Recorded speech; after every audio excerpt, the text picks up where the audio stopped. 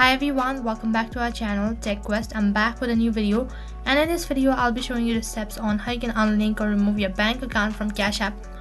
So make sure to watch this video till the end and follow the instructions as guided. So without any further delay, let's get started. So first thing, you need to log in into your Cash App account.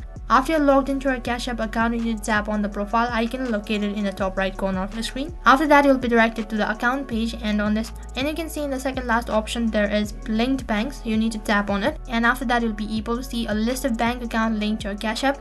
From here, you need to select the desired bank account that you want to remove or unlink it. So after you select the bank account that you want to unlink or remove it, and all you need to do is tap on remove, which is right on top, and after that you'll have a confirmation. So in case if you're sure about removing or unlinking your bank account, then tap on continue, and after that you've successfully unlinked or removed your bank account from Cash App. So that is how you can do it. That is all for this video. I hope the video was helpful.